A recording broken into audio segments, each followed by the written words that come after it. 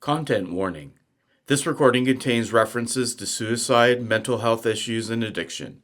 If you or someone you know is struggling, please seek help from a local crisis support center. Hello and welcome to True Colors with Mark Ruschielli.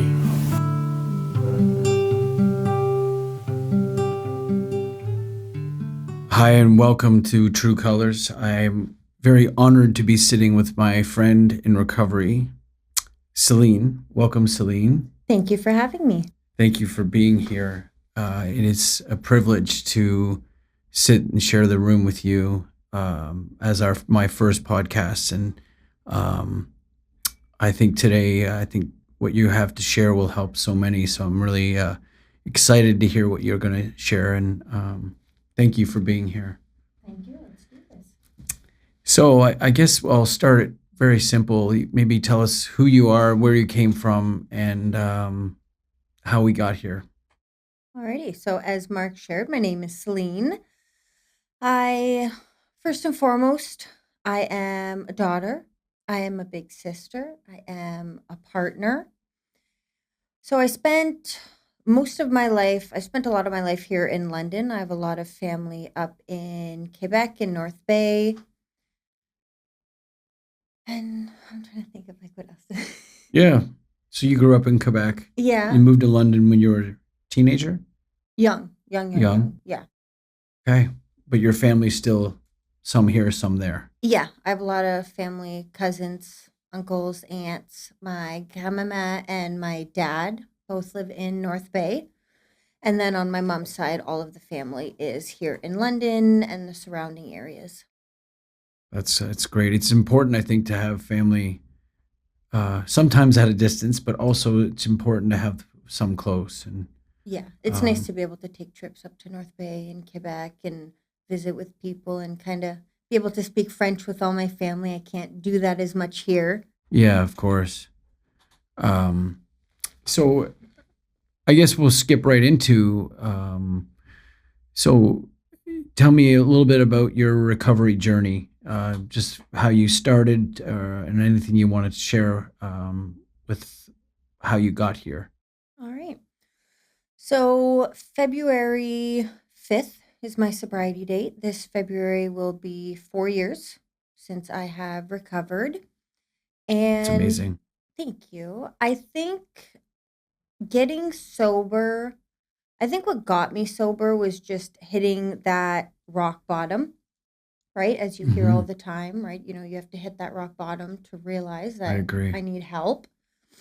So my childhood was very good. It was good in the sense that my mom is my everything. Mm. She is the kindest, strongest, most resilient, just beautiful human being. I have a lot of her inside of me with my personality. I'm a mini her. hmm So my childhood was good in that sense. I do have a father who was still in active addiction. So that was tough. That was tough growing up with a father in active addiction, Of course. having to kind of learn the ins and outs of that, which at such a young age you don't really like you have an idea, but you hmm don't really understand the situation. Yes. So, but my mom did everything to keep me safe, to keep me in a good environment. With my mom, I definitely was, you could say I was raised with the silver spoon in my mouth, which was nice at a young age. But as I grew up, I thought the world owed me something. I thought hmm that everything should just be given to me and, that I just deserved it, that I didn't have to earn anything. So later on in life, I learned fairly quickly that that's not how life goes. No. Everything in this life is earned. And so my rock bottom, I would say, is well, first, so in high school, right? It was the end of high school. I was about to graduate. I was still, drinking and, doing other things, but it was unmanageable, but it wasn't to the point where it ended up getting. And then near the end of high school, I had a partner pass away very suddenly. Wow. And after that happened, I just took a hard right turn. And that got me around the wrong people doing the wrong things.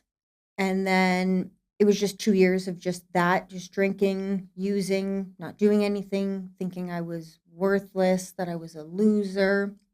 And again, that led me to be around the wrong people for sure. Yeah. And then I had another partner who had passed away from an overdose, actually, to this disease.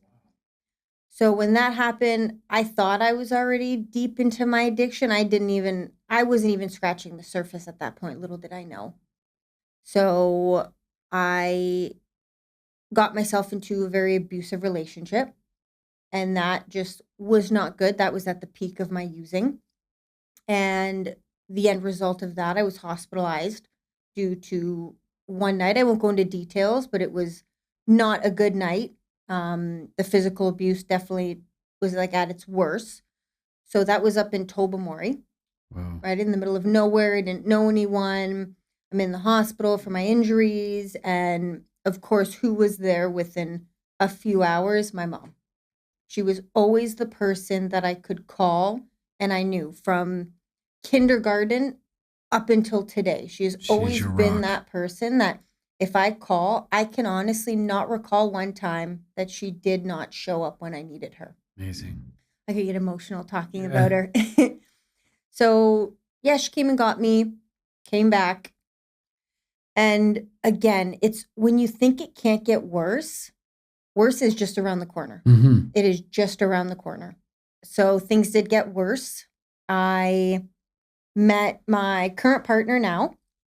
And again, I was still using, drinking heavily, all of that stuff. And then leading up to the summer of, was it 2022 or 2021? Trying to think, 4 years sober, 2022. 2022. Yeah. Yep.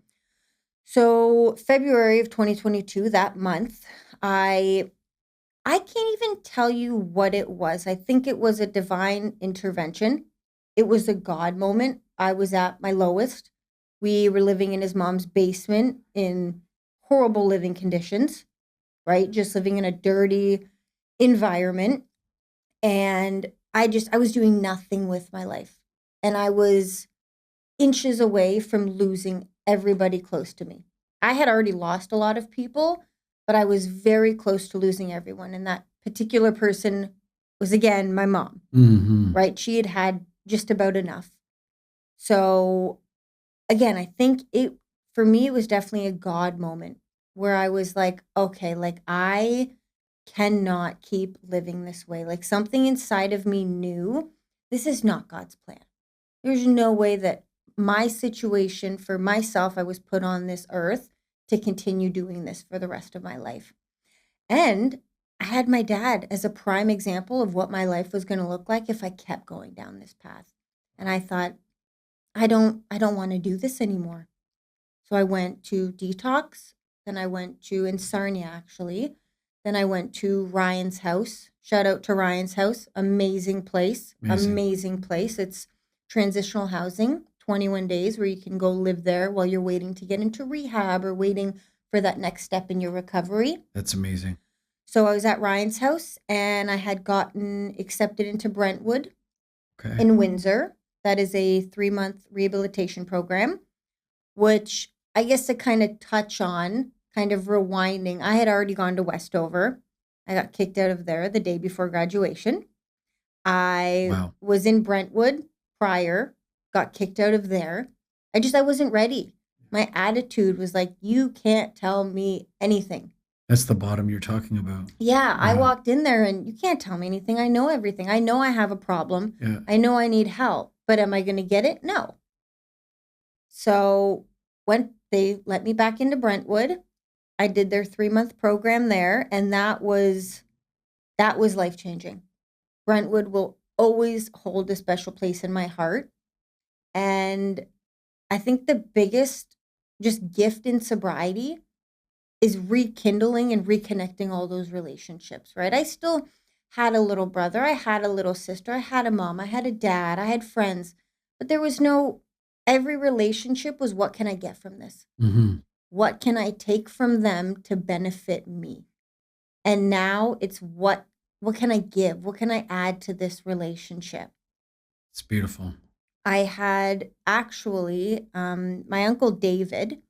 He has been in the program for over 35 years. Well, he was in the program for over 35 years, and I had Amazing. really rekindled that relationship when I got to detox.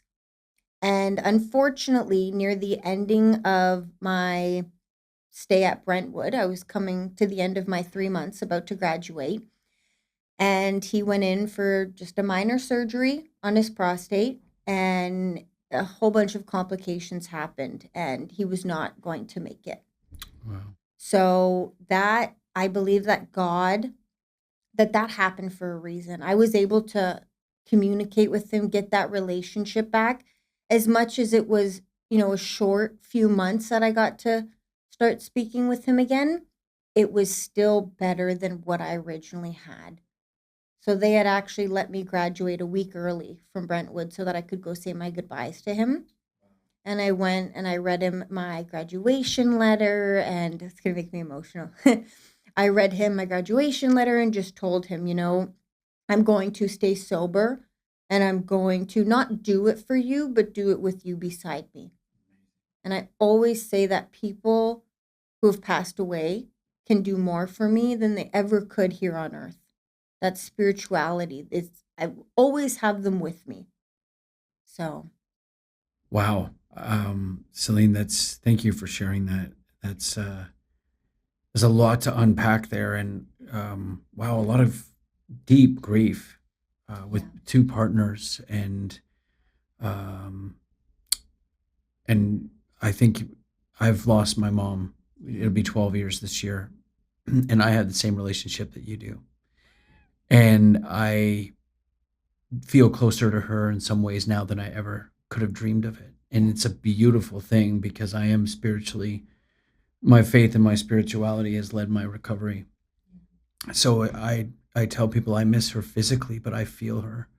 And some of those things that she reinforced in me, she was given 64 years. And I feel very blessed and honored to have been having a mom that long, because some people don't get a mom Yeah. at all, and let alone for 64 years. And I was very blessed with her.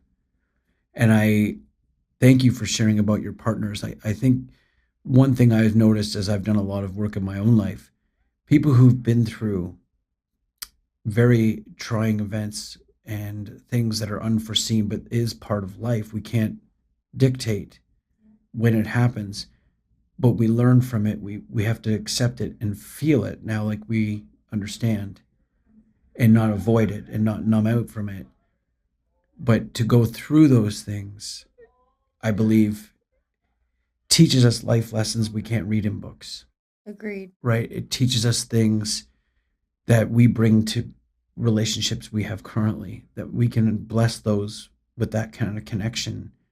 And instead of saying about the loss, take that hurt and that pain, and honor them with the lessons that in the relationship we had. So when you get emotional speaking about mom or your uncle, Yeah. I look at that as such a deep connection, and it's such a way to honor that person.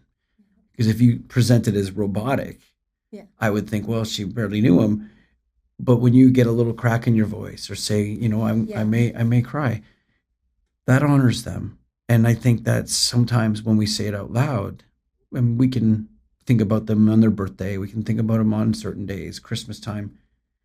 But I think sometimes it's a gift to us too, if we're willing to kind of accept it and say, wow, like I was very fortunate to have that person in their own way. Yeah. And I always say that for anybody that has passed away in my life, that today the way I can honor them is live for the days they can't. That's good. Live for the days that they can't. Who am I to take life for granted? That's really good. And I know there was a lot to unpack. I also want to mention about your father. I I think there's a lot that I've learned in this recovery, that there's a lot of things that are caught and not taught, and or caught by or taught by being caught. Yeah. It's not that they never want us to live that life, but if it's something that we know it's a struggle, we know it's a disease, they didn't know any better in some ways. And it's not easy for some people to accept that.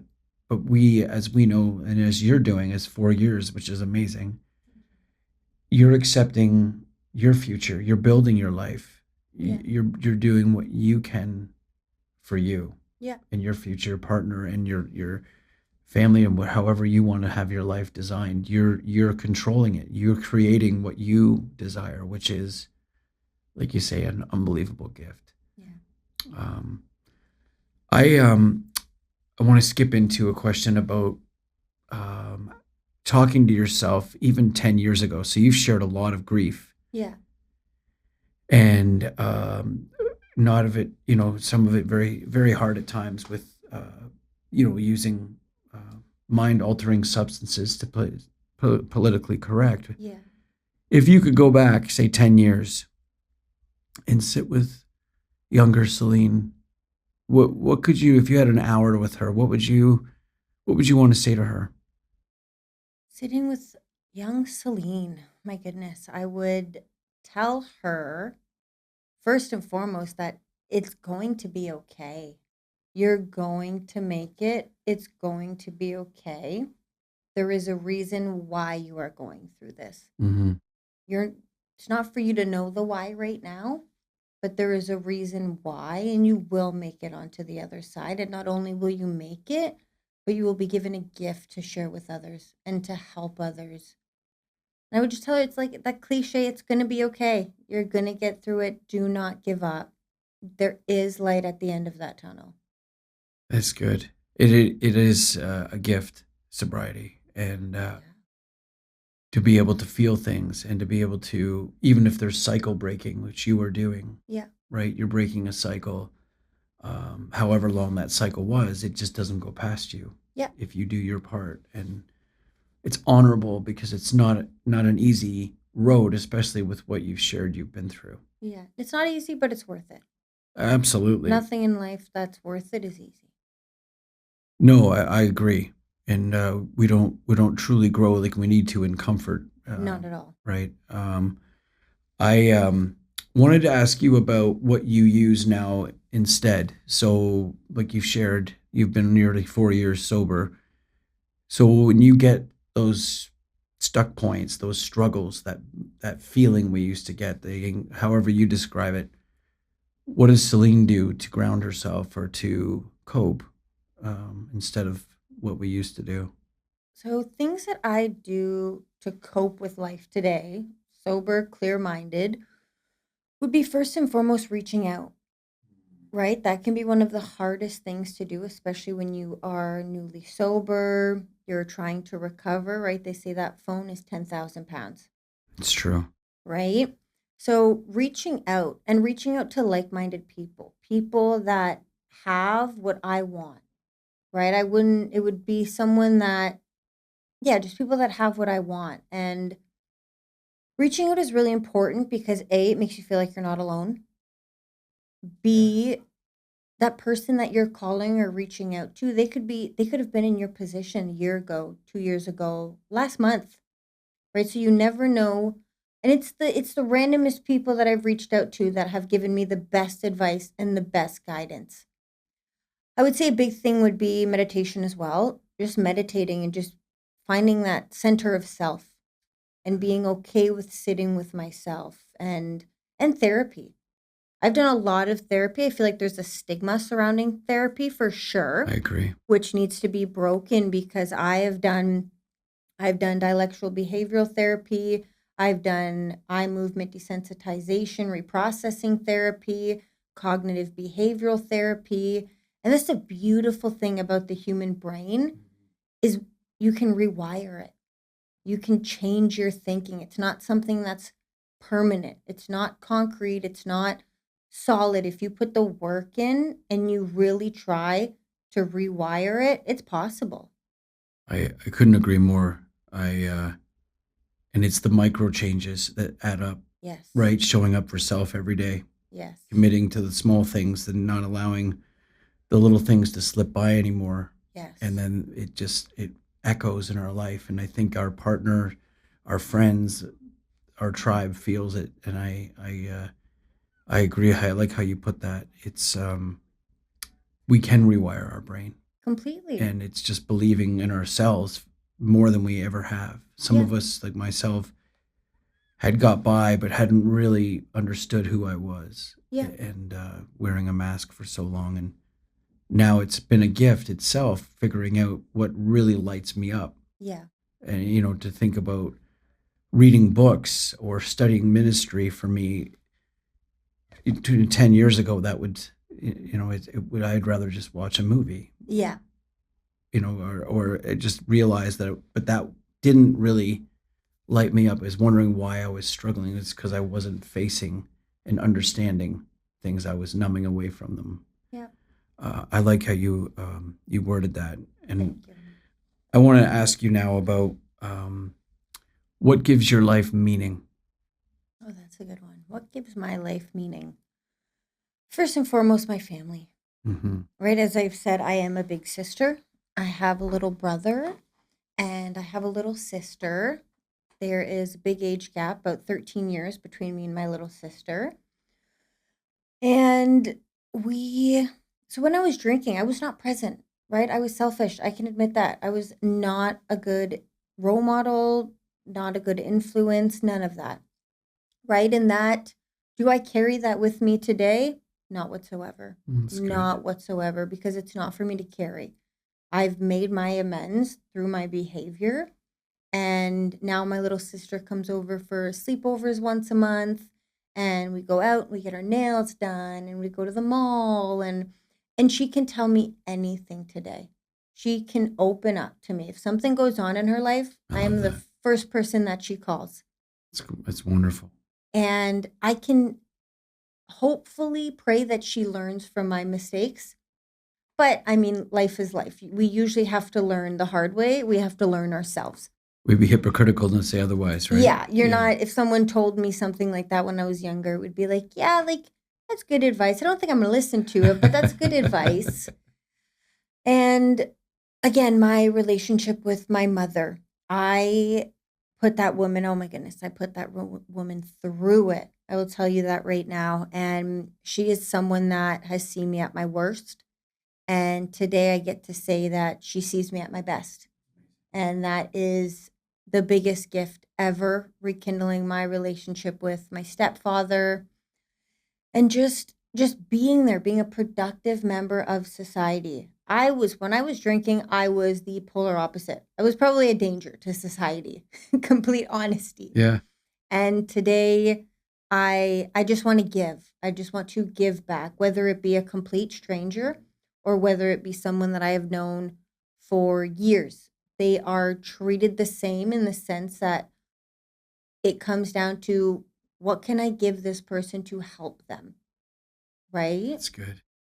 I love the wording because I appreciate the giving as well. Yeah. And I thought I was a good giver before, and now it's at a whole different level. Yeah. And I love how it's worded. To keep it, you have to give it away. 100%. Right. And it makes sense to us now because of the life we have. And some people may think, well, they feel sorry for us. Yeah. Or they feel, oh my gosh, that poor girl or that poor guy. And it's like, we actually enjoy this life. Completely. It's enjoy it every day, good and bad and in between. And we don't need device. We don't need to use. We don't need to do anything.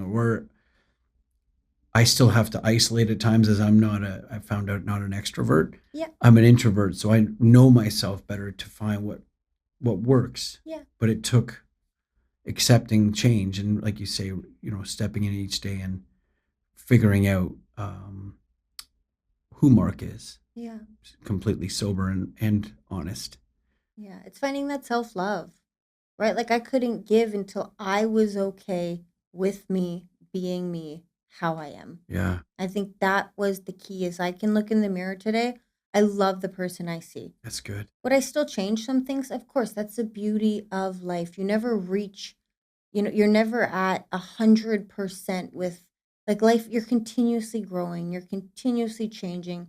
You get to work on things for the rest of your life. Not you have to work on things. You get to work on yourself for the rest of your life. What a beautiful gift. I love that.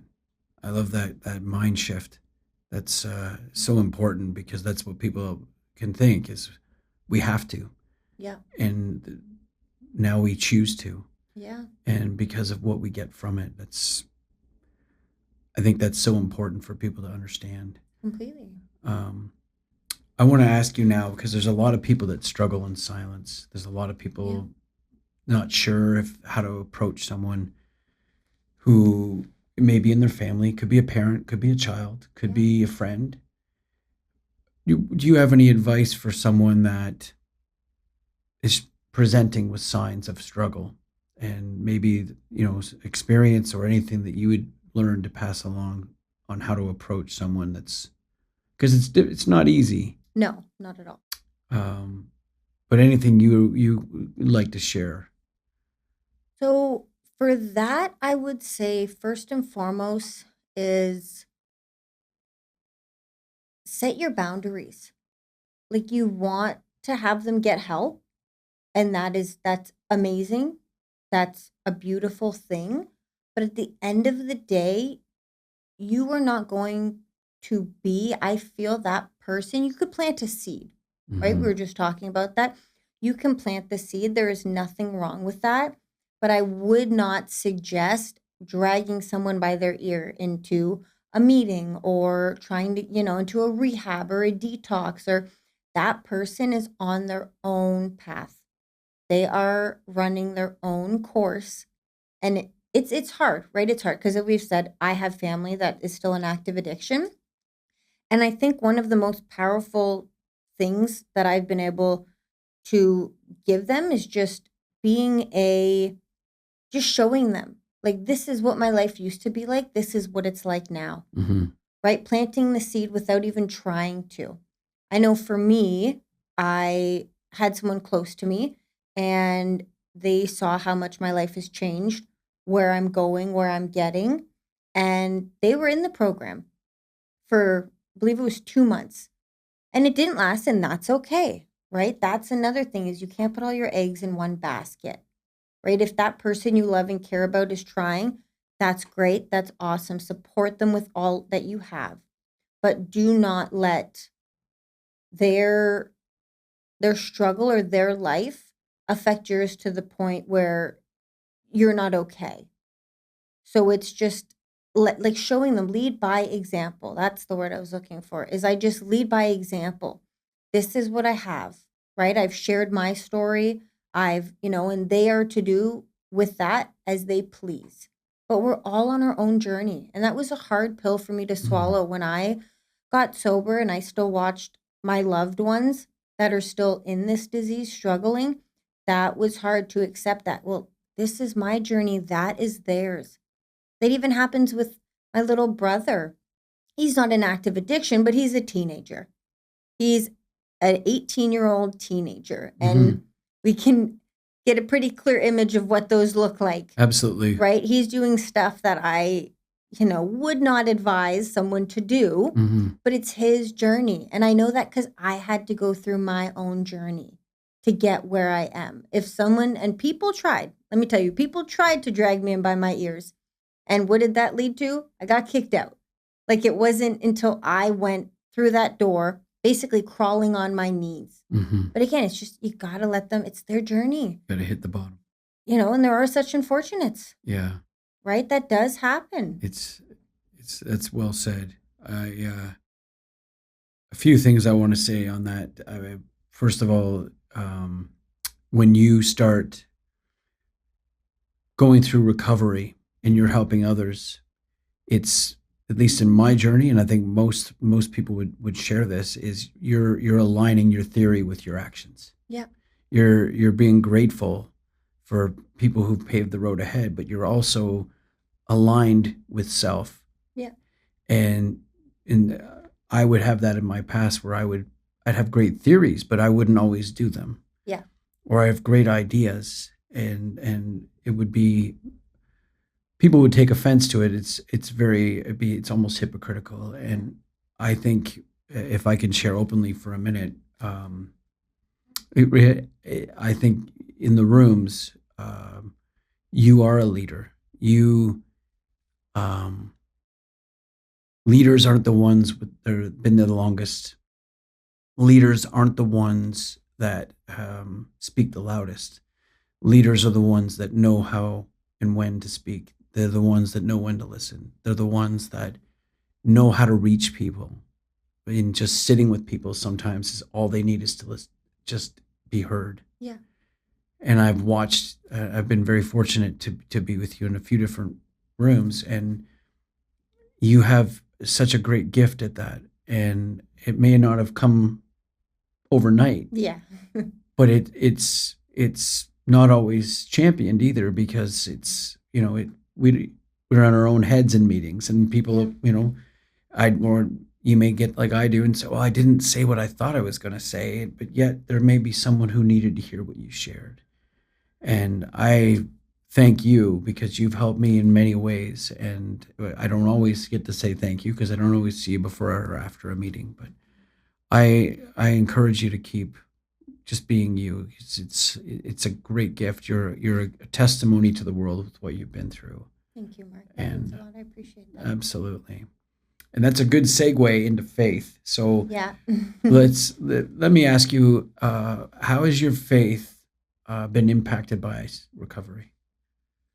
My faith has been impacted by my recovery. So I was raised Catholic, French Catholic. And just for me personally, I had a good experience in the church, but I definitely turned away from God as my addiction dove deeper, which makes perfect sense. Mm-hmm. And I was very, especially from the grief that I've experienced, I was very, why? Why? I did not understand why it was happening. I didn't understand basically what I had done to deserve this, is what was going through my head a lot. So I had turned away from God, and I remember being like younger and just like being in my room, just swearing to God and cursing at him and not understanding what is going on. And that's just because I couldn't see the big picture, right? And I wasn't meant to see the big picture at that time. Yeah. And as the years went on, and after I got sober, God plays a huge role in my life today. Plays a huge role in my life. I pray now. I have a connection with God. If I am feeling anxious, tired, lonely, depressed, whatever it may be, God is the one person that I know that is always there for me. He's always there for me. He is my biggest cheerleader. He's just the person that I know I can always turn to in those moments. And I know it's going to be okay. It's that comforting feeling of after praying and being like, okay, I know it's going to be okay. That's so good. And I thank you for sharing that. I share a very similar path, being Catholic as well. And I try not to, in my own family and friends, and tell people what they're doing wrong. I try and promote what I find that I've changed to what I'm doing, I feel is right. Yeah. And it's been a gift to kind of feel that to a whole different level. Yeah. And I think a fellowship that we belong to allows us to feel truly what service is to the highest end. Yeah. And it's been a journey of trust and opening up some vulnerability. But the more I feel like we do, the stronger we become. And I love how you said the puzzle, because I love the analogy that God he has the end. He sees our end. Yeah. And how boring our life would be if we saw the end right now. Exactly. I agree. Right. So then we have a peace, and sometimes we get someone in our life unexpectedly. We understand if it's a partner or a brother or sister, Yeah. but someone on any given day can give us a little peace out of nowhere. And all of a sudden it adds a whole new dimension to our future and our vision of the puzzle. And I love that, because it's exciting as I'm figuring out a whole different side of a puzzle that I never thought I'd ever dream of, but I'm excited for it. Yeah. And I can sit and say, well, I wish I didn't drink, or I wish I didn't have PTSD. I wish I could still firefight. Yeah. But then it just sends me down a bitter bus and a bitter Mhm. path. Instead, it's, well, what, Mark, can you do? Yeah. What, what you currently have, what can you do to help? What can you do for yourself to become the best version of self? Yeah. And I think you're doing that for yourself too. And I know that wherever you choose, whichever path in service, in your career, you'll be blessing people because of the darkness you've had already walked through, because you're shining a light. And it's not always easy, Mhm. but like you said earlier, it's certainly worth it, Oh, 100%. right? um, I wanted to ask you about anonymity. And we spoke earlier about when someone says, hey, how do you know that girl? Yeah. Or how do you know that guy? And because I think some people are extremely protective, while others may not be so. I'm obviously sharing my story with whoever wants to watch. Yeah. And I feel mine really sparked from helping my brother. I shared a video that he called me after, and it got him to where he is now. And he's 2 years sober this month, Yeah. That's amazing. right? Through God's grace. And I am so thankful for that. And so I would share videos from that on. Again, when God allowed that to happen, I kept saying, I'll whatever else I can do to help. That one video was enough to say, if you need 1 million more videos, Yeah. if I can help with my testimony. How do you feel anonymity has impacted your life, but also um, challenges?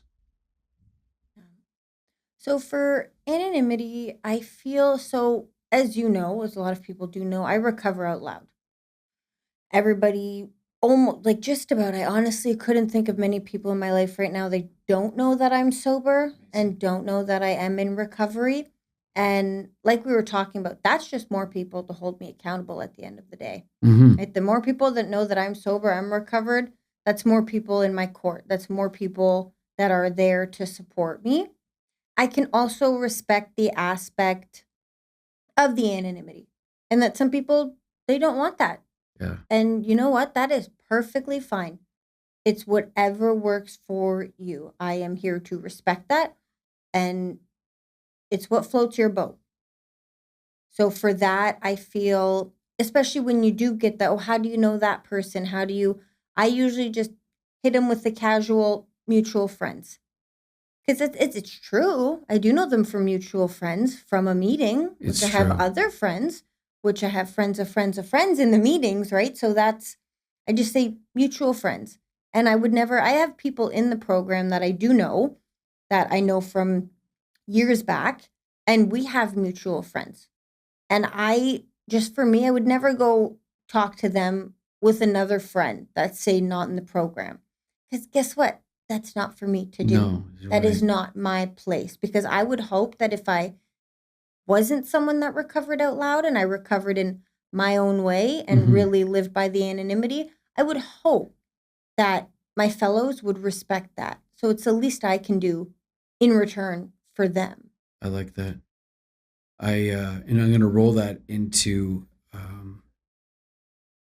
the question of challenges in um, youth, the younger side of our program, the stigma.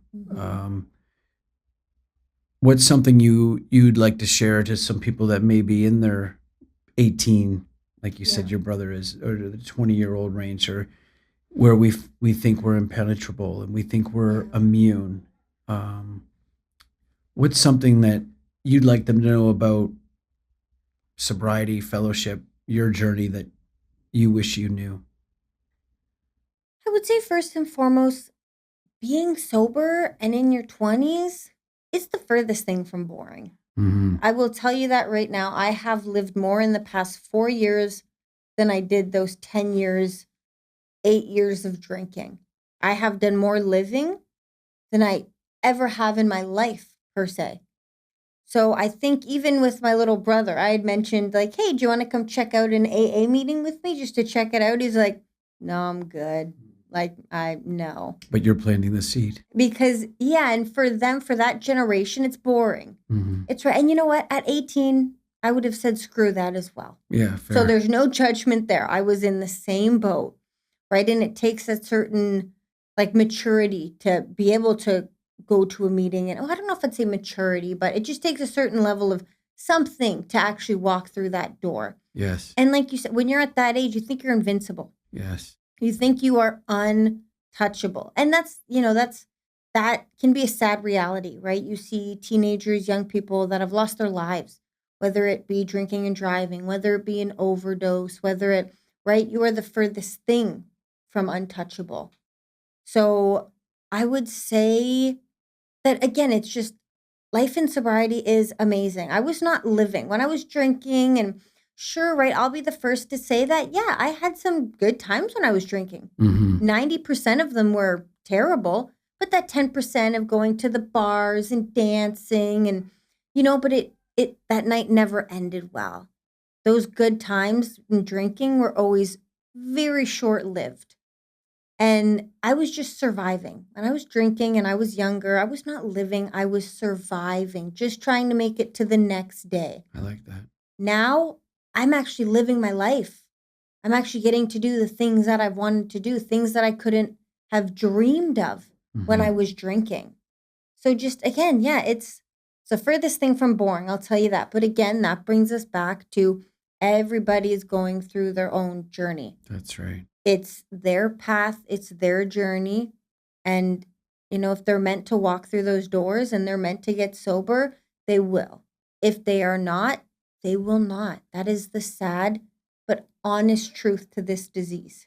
That's well put. And I used to justify saying I'm not as bad as so-and-so. Yeah. But that comparison, Yeah. right? And we can make ourselves feel better Yeah. about not stepping in and getting the help. But I like what you said about reaching out.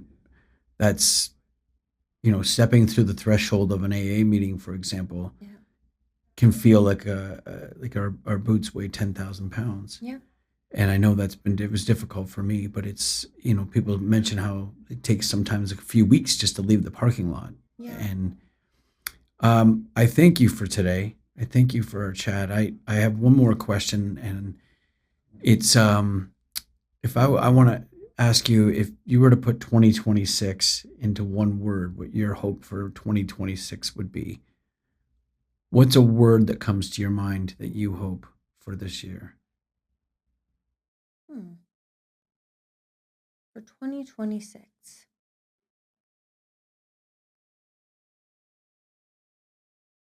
Free.